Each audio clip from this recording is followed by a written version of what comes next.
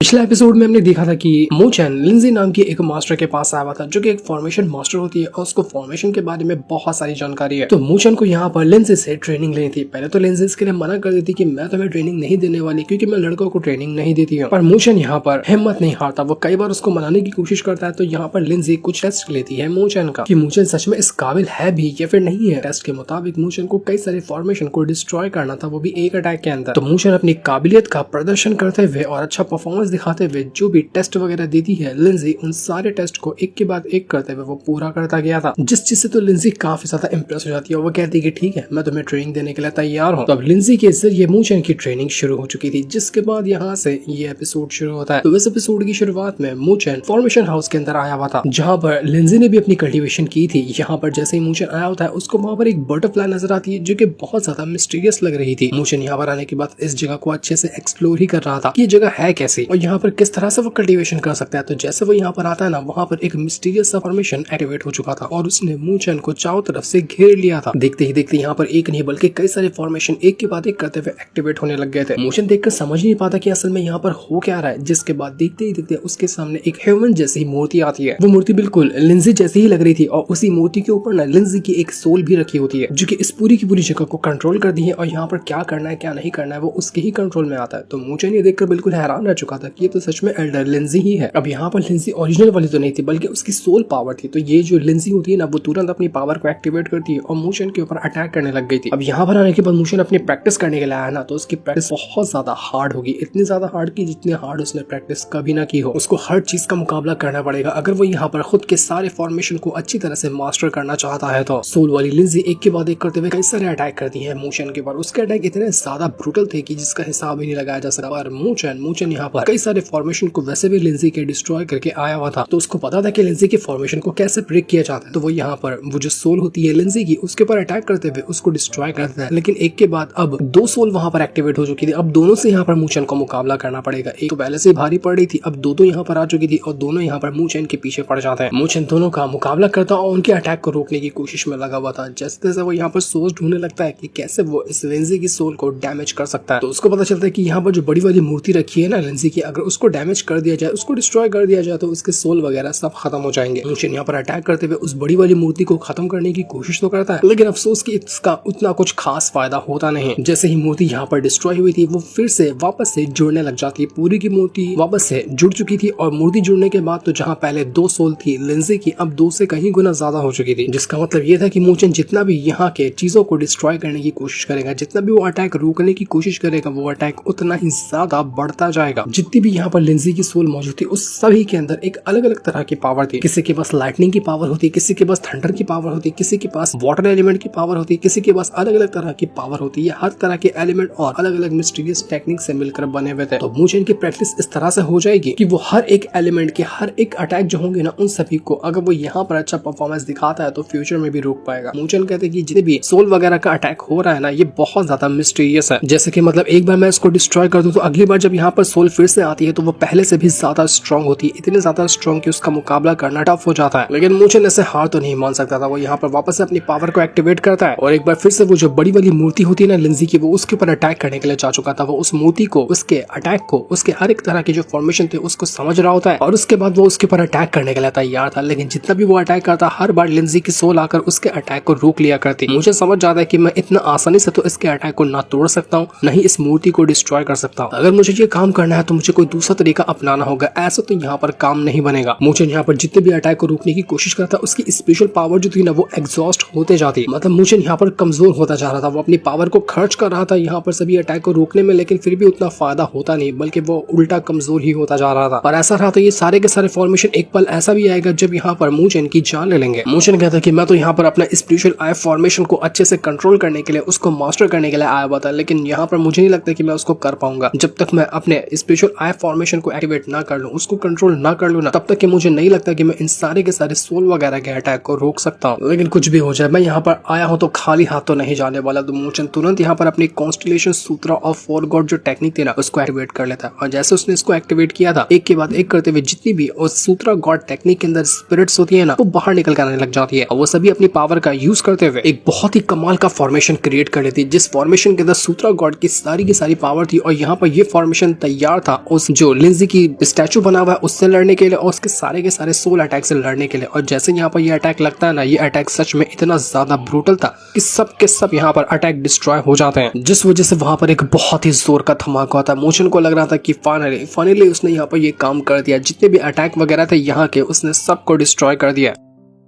लेकिन बाहर खड़ी लिंजी जो होती है वो कहने लग जाती है कि मोचन, अगर तुम यहाँ पर फोर्सफुली इस अटैक को रोकने की कोशिश करोगे ना तो अफसोस की जितने भी अटैक है वो वापस से एक्टिवेट हो जाएंगे। जब तक तुम्हें इस फॉर्मेशन की अंडरस्टैंडिंग नहीं होती कि कैसे ये बना है, कैसे इसको खत्म किया जाता है, तब तक कि फोर्सफुली इसको तोड़ना बिल्कुल नामुमकिन है। जितना तुम अटैक करोगे अगली बार वो उतना ही ज्यादा स्ट्रॉन्ग बनकर एक बार फिर से तुम्हारे पास आ जाएगा। तो जैसा मोचन ने सोचा था यहाँ पर उसका पूरा उल्टा हो जाता है। देखते ही देखते वहां पर एक और बहुत ही ब्रूटल फॉर्मेशन तैयार हो रहा था। मोचन ये देखकर समझ नहीं पाता कि आखिर ये कैसा फॉर्मेशन है, लेकिन मोचन को यहाँ पर लिंजी की बात याद आ रही थी कि अगर तुम्हें स्पेशल आई फॉर्मेशन को समझना है, उसको अच्छे से मास्टर करना है ना, तो तुम्हें अपनी लाइफ और डेथ को बिल्कुल साइड में रखना होगा। जिंदगी और मौत के बीच में बस एक पलक झपकने का फासला होगा। जब तुम यहाँ पर इस फॉर्मेशन को कल्टीवेट करने जाओगे तो तुम्हारी जान किस पल चली जाएगी इसके बारे में तुम सोच भी नहीं सकते। इसलिए अगर मौत से डर लगता है तो स्पेशल आई फॉर्मेशन को मास्टर करना छोड़ ही दो, उसका ख्याल दिमाग से निकाल दो। जब वो फॉर्मेशन वहां पर आया था मोचन को मारने के लिए, तो ये देखकर सूनर बहुत ज्यादा घबरा जाती है। वो लिंजी से कहती कि मास्टर लिंजी, देखिए ना मोचन कितना ज्यादा खतरनाक स्टेप लेने जा रहा है, अगर फॉर्मेशन ने उसके ऊपर अटैक किया तो वो उसकी जान जा सकती है। आप उसको बचाती क्यों नहीं? आपको उसे बचाने के लिए जाना होगा। मैं आपसे बस इतना रिक्वेस्ट करती हूँ कि अगर मोचन के ऊपर जान का खतरा आता है ना तो आप उसको जाकर बचा लीजिएगा। लेकिन लिंजी कहती कि नहीं, मैं ऐसा नहीं कर सकती। जिस रास्ते पे मोचन चला है ना उस पे कितने भी खतरनाक अटैक क्यों ना है, जितना भी खतरनाक वो सफर क्यों ना हो, उसको अपना रास्ता खुद से ही पूरा करना होगा। कोई भी उसकी मदद करने के लिए नहीं पहुंच सकता। जो रास्ता उसने चुना है वो सबसे ज्यादा खतरनाक है, उसको उस पे ही चलना होगा। तो सूनर कहती कि आप तो बहुत नरम दिल की लड़की है ना, आपको तो किसी के ऊपर भी दया आ जाती, तो आपको मोचन के ऊपर दया क्यों नहीं आ रही? आप उसको क्यों नहीं बचा सकती? तो लिंजी कहती है कि मैं भी पहले मोचन जैसी ही थी, तुम्हारे जैसी ही थी, बहुत ज्यादा नरम दिल की, लेकिन मैंने अब यहाँ पर अपनी सारी की सारी फीलिंग्स को खत्म कर दिया और एक रूथलेस बन चुकी हूँ जिसके अंदर कोई भी फीलिंग नहीं है, क्योंकि फीलिंग्स जो है वो हमें हमेशा पीछे कर देती हैं। जब तक तुम फीलिंग्स को खत्म नहीं करते तब तक तुम आगे कल्टीवेशन के सफर में बढ़ ही नहीं सकते। इसलिए मुझे माफ करना, मैं मोचन को बचाने नहीं जा सकती। जो करना है उसको खुद के दम पर ही करना होगा। तो वही मोचन जो था वो कहने लग जाता है फॉर्मेशन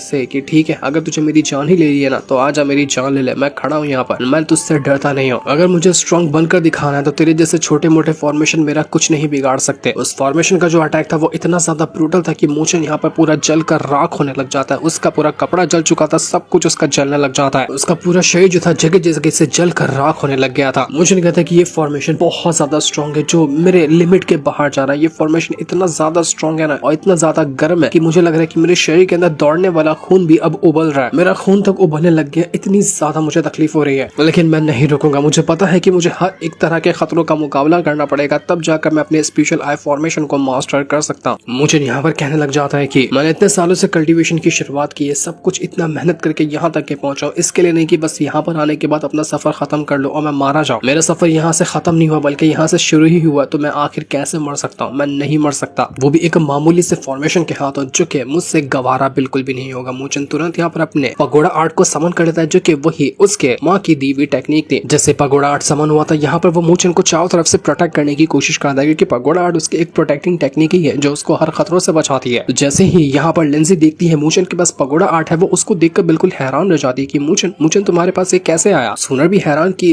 एल्डर लिंजी आपको क्या हुआ? आप ये पगोड़ा आर्ट देखकर इतना ज्यादा हैरान कैसे हो गए? तो लिंजी कहती है कि इस पगोड़ा आर्ट को देखकर मुझे कुछ फेमिलियर सी फीलिंग आ रही है, ऐसा लग रहा है कि मैं इसको पहले भी जानती हूँ, कहीं ना कहीं इसको मैंने देखा है। मोचन यहाँ पर अपना पगोड़ा आर्ट एक्टिवेट करते हुए उस फॉर्मेशन के साथ मुकाबला कर रहा था। मोचन कहता है कि बस थोड़ा सा और बाकी है, उसके बाद मैं इस फॉर्मेशन को हैंडल कर जाऊंगा। उसका पगोड़ा आर्ट तक के यहाँ पर काफी हद तक के डैमेज हो चुका था, लेकिन फिर भी मोचन हिम्मत नहीं हारता और कुछ पल के बाद सब कुछ जो होता है वो एक पल के लिए शांत हो चुका था। और कुछ टाइम पहले हमने जो बटरफ्लाई को देखा था जो मोचन के आसपास थी, वो बटरफ्लाई एक बार फिर से मोचन के पास आ जाती है और सब कुछ यहाँ का बिल्कुल नॉर्मल हो गया था। उस बटरफ्लाई की जो पावर थी वो यहाँ पर चारों तरफ फैलते हुए एक अजीब सा यहाँ पर फिनोमेना क्रिएट कर लेती है। मोचन भी देखकर हैरान हो जाता है कि आखिर ये है क्या। उस बटरफ्लाई ने अपनी पूरी की पूरी पावर को मोचन के अंदर ट्रांसफर कर दिया था। तब जाकर मोचन को समझ में आता है कि ये तो एक निर्वाणा है, जो कि एक बहुत ज्यादा स्ट्रॉन्ग पावर होती है। ये पावर मोचन को मिली थी ताकि वो यहाँ पर इस जो फॉर्मेशन था ना उसकी जान लेने के लिए आया हुआ उसका मुकाबला कर सके, क्योंकि जो वो बटरफ्लाई को देख रहा था वो एक इल्यूजन था। उसको एक इल्यूजन के अंदर वो बटरफ्लाई नजर आई जिसने उसको पावर दी, और रियलिटी में तो वो अभी भी यहाँ पर फॉर्मेशन का मुकाबला कर रहा था, लेकिन अब जाकर मूचेन कहता है कि नहीं, अब मुझे समझ आ चुका है कि कैसे मैं फॉर्मेशन को डिस्ट्रॉय कर सकता हूँ उस निर्वाणा की मदद से। इसके बाद मूचेन के पास एक खास तरह की पावर आ चुकी थी। उसके माथे के ऊपर एक अजीब सा सिंबल बन जाता है जो कि निर्वाणा का ही सिंबल था, और उसके बाद वो अपनी पावर को एक्टिवेट करता है। उसने जैसे अपनी पावर को एक्टिवेट किया, एक पल के अंदर वो पूरी की पूरे फॉर्मेशन को चकनाचूर करके रख देता है। उसी बटरफ्लाई की पावर का यूज करते हुए, उसकी बटरफ्लाई की पावर सच में बहुत ज्यादा एक्स्ट्राऑर्डिनरी थी, जिसने मूचेन की हेल्प की उसका जो स्पिरिचुअल आई फॉर्मेशन है उसको और ज्यादा अच्छी तरीके से सीखने में, उस पर कंट्रोल हासिल करने में।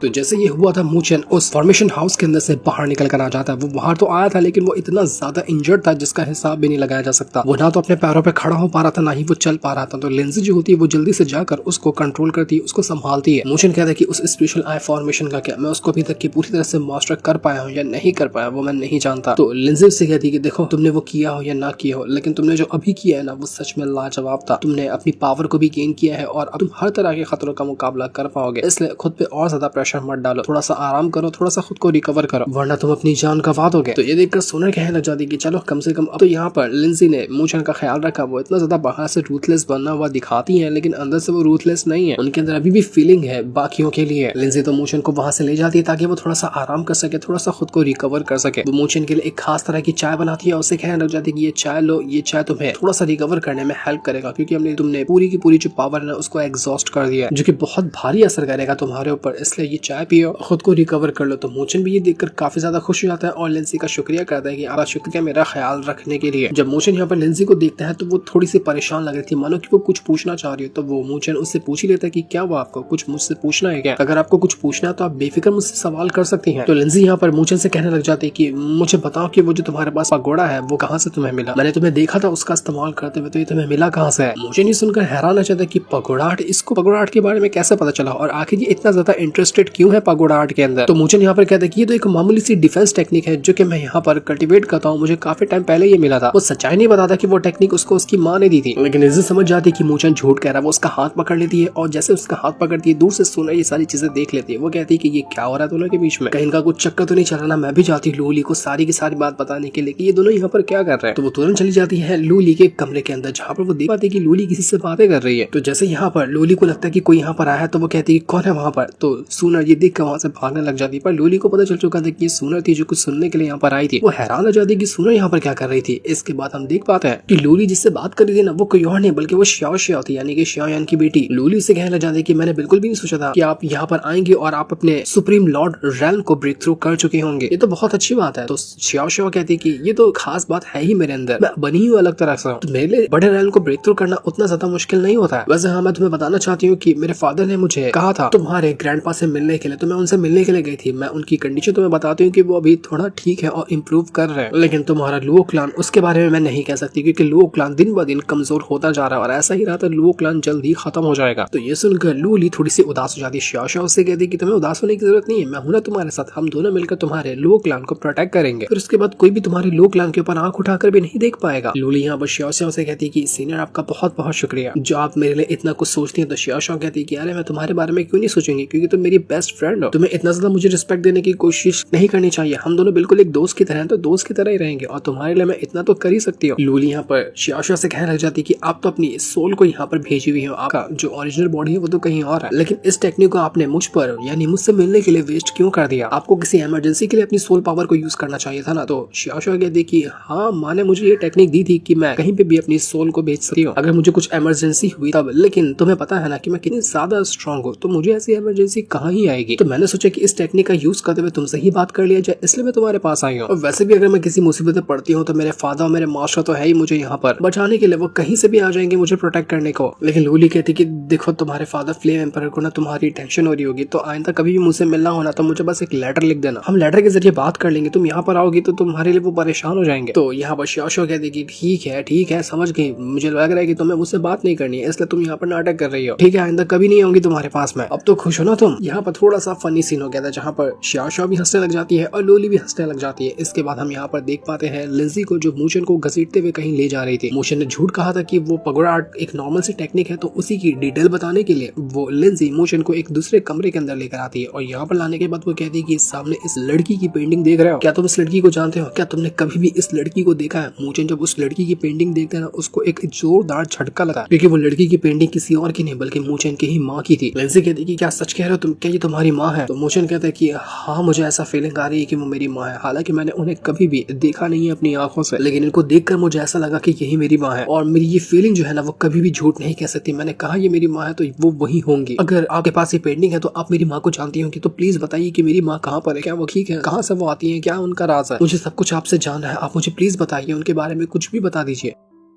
तो लिंजी कहती कि देखो मुझे डिटेल में तो कुछ नहीं पता, मेरे पास हल्की हल्की यादें हैं 5 साल पुरानी। उसके पहले मेरे साथ क्या हुआ था ना, मुझे उसके बारे में कुछ भी नहीं पता कि मैं कहाँ थी, क्या कर रही थी। जो मुझे याद है सिर्फ 5 साल पुराना ही मुझे अभी तक के याद है। लेकिन हाँ, मैं इतना तुम्हें जरूर गारंटी दिला सकती हूँ कि ये जो है ना तुम्हारी माँ, वो मेरे लिए बहुत ज्यादा खास थी और उन्हीं के पास वो पगोड़ा आर्ट हुआ करता था। इसलिए जब मैंने तुम्हारे पास वो देखा तो मैं बिल्कुल हैरान रह गई। तो मूचन कहता है कि इसका मतलब आप ना मेरी माँ से कनेक्टेड है, आपका और मेरी माँ का कुछ न कुछ तो कनेक्शन था, क्या आप नहीं बता सकती वो क्या था। तो लिंजी कहती कि हाँ, तुम कह तो सही रहे हो कि मेरा और उनका कनेक्शन होगा, लेकिन कनेक्शन क्या होगा मैं उसका तुम्हें जवाब नहीं दे सकती, क्योंकि मुझे खुद ही इसका जवाब नहीं पता है। तो मूचन यहाँ पर कहने लग जाता है लिंजी से कि जिसको आप वो देखी थी ना मुझे यूज करते हुए, उसको कहा जाता है ग्रेट बुद्धा आर्ट। और मेरे फादर ने मुझसे कहा कि ये जो टेक्निक है ना वो मेरी माँ मेरे लिए छोड़ कर गई थी जब मैंने अपनी कल्टीवेशन की शुरुआत की थी, तभी से। तो ग्रेट बुद्धा आर्ट का नाम सुनते साथ ही वो जो लिंजी होती है तुरंत अपनी पावर को एक्टिवेट करती है और उसको मूचन के अंदर ट्रांसफर करने लग गई थी। वो यहाँ पर कुछ तो कर रही थी मूचन के साथ जो मूचन समझ नहीं पाता। मूचन कहता है कि आप कर क्या रही हो। तो लिंजी कहती कि मुझे ना अब ऐसा लग रहा है कि मैंने भी फ्यूचर में या फिर पास्ट में कभी न कभी ग्रेट बुद्धा आर्ट को कल्टीवेट किया हुआ है, इसलिए मैं तुम्हारी पावर को चेक कर रही थी कि क्या सच में मैंने जो सोचा है वो सही है या नहीं है। तो अब मुझे कंफर्म हो गया कि मैंने भी ग्रेट बुद्धा आर्ट को कभी न कभी कल्टीवेट किया हुआ है। तो मूचन भी कहता है कि हाँ बिल्कुल, आपकी जो पावर है ना वो मेरे साथ काफी हद तक के मैच करती है, जो कि बहुत ज्यादा हैरान कर देने वाली बात है। लिंजी यहाँ पर कहने लग जाती है कि देखो जितना हो सकता ना उतना अपने ये पगोड़ा आर्ट जो है उसको तुम हाइड करके रखना, क्योंकि मुझे मेमोरी तो सिर्फ 5 साल की ही याद है, लेकिन उसके पहले जो भी था ना मुझे उसकी अच्छी फीलिंग नहीं है। कुछ तो बहुत ज्यादा डेंजरस और बहुत खतरनाक हुआ था, जिस वजह से मेरी याददाश्त चली गई और बहुत ज्यादा तबाही आई थी। और अब अगर बाकियों को पता चल गया कि तुम ही वो इंसान हो जो कि ग्रेट बुद्धा आर्ट को होल्ड करता है और तुम्हारी माँ कौन है, तो इस वजह से तुम्हारे ऊपर खतरा और ज्यादा बढ़ जाएगा। इसी वजह से तुम्हें थोड़ा सा छुप कर रहना चाहिए और अपनी टेक्निक को ज्यादातर यूज मत करना इस ग्रेट बुद्धा आर्ट को। तो मूचन कहते हैं कि ठीक है, जैसा आप कह रही है एल्डर लिंजी, मैं वैसा ही करूंगा। तो लिंजी कहती है कि मुझे एल्डर लिंजी मत कहो, मुझे सिर्फ लिंजी कहो, मुझे अच्छा लगेगा। तो ये सुनकर मूचन को भी अच्छा लगता है, कहता है कि ठीक है, मैं आज से आपको लिंजी ही कहूंगा। दूसरी तरफ हम चेन शेंग और ली ज़ुआन को देखते हैं। वो दोनों ड्रैगन सन का पीछा करते हुए काफी दूर आ चुके थे और यहाँ पर आने के बाद वो ड्रैगन सन उनसे कहता है कि बहुत बढ़िया, तुम लोग मेरे जाल में फंस गए, मैं तुम्हें खुद यहाँ पर फंसाते हुए यहाँ लाया था और तुम मेरा पीछा करते करते यहाँ आ ही गए। अब तुम बचने वाले नहीं हो, तुम्हारी फील्डिंग यहाँ सेट है। देखते ही देखते कई सारे लोग वहाँ पर आ जाते हैं जिन्होंने चेन शेंग और ली ज़ुआन को यहाँ पर ट्रैप कर लिया था। जितने भी लोग यहाँ पर आए थे ना वो सभी वो जो बाउंड्री लिस्ट होती है उसके रैंकिंग वाले बंदे थे, मतलब कोई 3rd पे था, कोई 4th, कोई 5th पे था। अब बाउंड्री लिस्ट मतलब कि ये सारे के सारे अपराधी हैं जिनको मार देने का पहले से ही ऑर्डर मिला हुआ है। और अपराधियों की नंबर 1 लिस्ट में तो वो ड्रैगन सन ही आता है और उसने अपने बाकी के सारे अपराधियों को यहाँ बुला लिया ताकि चेन शेंग और ली ज़ुआन को मारा जा सके। देखते ही देखते यहाँ पर एक कमाल का बैटल शुरू हो जाता है, जहाँ पर ली ज़ुआन और चेन शेंग जो होते हैं वो उन सारे के सारे अपराधियों के साथ उससे मुकाबला कर रहे थे। ये बैटल बहुत ज्यादा इंटेंस था। वो दोनों अपनी पावर का यूज करते हैं, लेकिन उनके सामने इतने लोग थे जिनका मुकाबला करना बहुत ज्यादा मुश्किल था। लेकिन वो दोनों भी कमजोर नहीं है, उन लोगों के पास अच्छी खासी पावर थी, तो वो अपनी पावर का यूज करते हुए सभी को उसकी औकात दिखा रहे थे। ड्रैगन सन को भी मारते हैं और बाकियों को भी वो खूब मारते हैं। लेकिन देखते ही देखते बदमाशों की तादाद बढ़ते जा रही। वहाँ पर और भी सारे लोग आ चुके थे जो सभी उन दोनों को चारों तरफ से घेर लेते। ये बैटल इतना ज्यादा खतरनाक था कि हल्का हल्का ही सही, लेकिन चेन शेंग और ली ज़ुआन कमजोर पड़ते हुए नजर आ रहे थे। उनकी हालत काफी ज्यादा खराब हो जाती है। तो ड्रैगन सन कहते हैं कि क्या हुआ, अभी भी यहाँ पर तुम लोग प्लान बनाने में लगे हुए हो? मैंने कहा था ना तुम लोग मेरा मुकाबला नहीं कर सकते, और अब यहाँ पर इसकी सच्चाई तुम्हारे सामने आ गई होगी। देख लिया मुझे मारने का नतीजा, तुम यहाँ पर बुरी तरह से फंस चुके हो, अब तुम्हें यहाँ से बचा कोई नहीं सकता। तो ये सुनकर ली ज़ुआन और वो चेन शेंग जो थे आपस में बातें करते हुए कहते हैं कि ये बचकाना ड्रैगन सन क्या कहता है कि हमें चैलेंज करने के लिए हमें मार डालेगा, हम इसको अपना अपोनेंट समझते हैं क्या? नहीं समझते ना, ये हमारे सामने बच्चा है, तो बच्चे से हम डर जाए? ऐसा थोड़ी ना हम कमजोर हो चुके हैं। तो वहाँ पर ली ज़ुआन भी कहता है कि बिल्कुल सही कहा, आज तो हम यहाँ पर उस ड्रैगन सन को भी मारेंगे और उसके साथ बाय 1 गेट 3 4 फ्री भी। एक को मारते मारते हम 4-5 को और ज्यादा निपटा देंगे। जिसके बाद देखते देखते इनका बैटल एक बार फिर से यहाँ पर शुरू हो जाता है। ये बैटल और ज्यादा स्ट्रॉन्ग और ज्यादा खतरनाक होता ही जा रहा था। उन दोनों की हालत पूरी तरह से खराब हो जाती क्योंकि चारों तरफ से वो घिरे हुए थे, लेकिन फिर भी वो यहाँ पर हिम्मत नहीं हारते। वो कहते कि एक एक को चुन चुन कर मारेंगे, हम आए हैं तो खाली हाथ तो नहीं जाएंगे। ली ज़ुआन और चेन शेंग वो दोनों अपनी पावर का यूज करते हुए जो बाकी के बंदे थे पहले उनको निपटाने की कोशिश करते ताकि ड्रैगन सन को वो आराम से मार सके। तो जैसे ही बाकी बंदों के ऊपर अटैक लग रहा था ना, वो लोग एक पल के लिए घबरा जाते हैं क्योंकि वैसे भी वो लोग ड्रैगन सन जितने स्ट्रॉन्ग तो नहीं थे, इस वजह से उनकी हालत खराब हो रही थी। और इसी मौके का फायदा उठाते हुए वो ली ज़ुआन और चेन शेंग दोनों उनको खूब मारते हैं। पर जैसे यहाँ पर ये चीज ड्रैगन सन देखता है वो भड़क जाता है कि मैं यहाँ पर अपना प्लान फेल होते हुए नहीं देख सकता। बहुत टाइम से तुम लोग मेरे पीछे पड़े हो, मेरा दिमाग खराब करके रखे हुए, तो आज जब मौका मिला तुम दोनों को मारने का, मैं छोड़ूंगा नहीं। वो अपना पॉइजनस अटैक देकर मार देता है दोनों के ऊपर, जिससे होता यह है कि दोनों के अंदर पॉइजन जाकर लग चुका था। वो पॉइजन इतना ज्यादा डेंजरस था कि उनकी हालत खराब होने लग जाती। एक तो पहले से वो इंजर्ड थे और अब पॉइजन की वजह से वो हिल भी नहीं पा रहे थे। उनको समझ नहीं आता कि अब हम यहाँ पर इस पॉइजन को कैसे खत्म करेंगे।